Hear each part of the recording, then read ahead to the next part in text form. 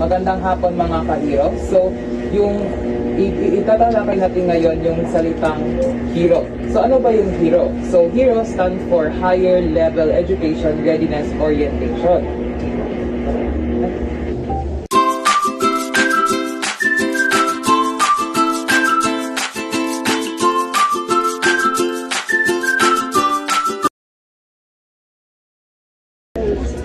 So, yung BIA-HERO or BIA-HERO stand for, ito ay Building Higher Level Youth Education and Readiness Access Orientation.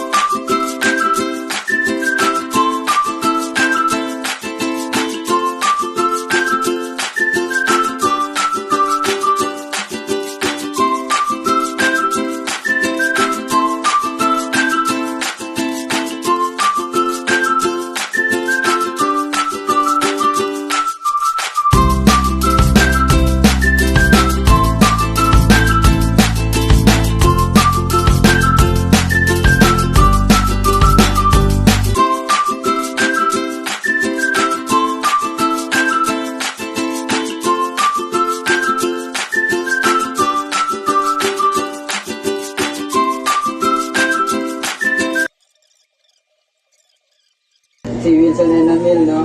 So, ang iyong kahiro dito. So, ngayon magtutungo sa unang mission, ang unang hakbang sa Yahiro Program, no? So, lahat naman nakakaintindi ng Tagalog, no? So,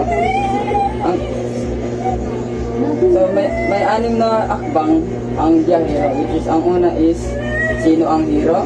Pangalawa is, bakit nais mo magpatuloy sa pag-aral? Pangatlo, paano mo mababayaran ang iyong pag-aaral? Pangapat, ano ang maaari mong aralin? Panglima, saan ka pwedeng mag-aral? Ang huli is maghanda na. So ngayon, tutungo tayo sa unang hakbang, which is, sino ang mga hero?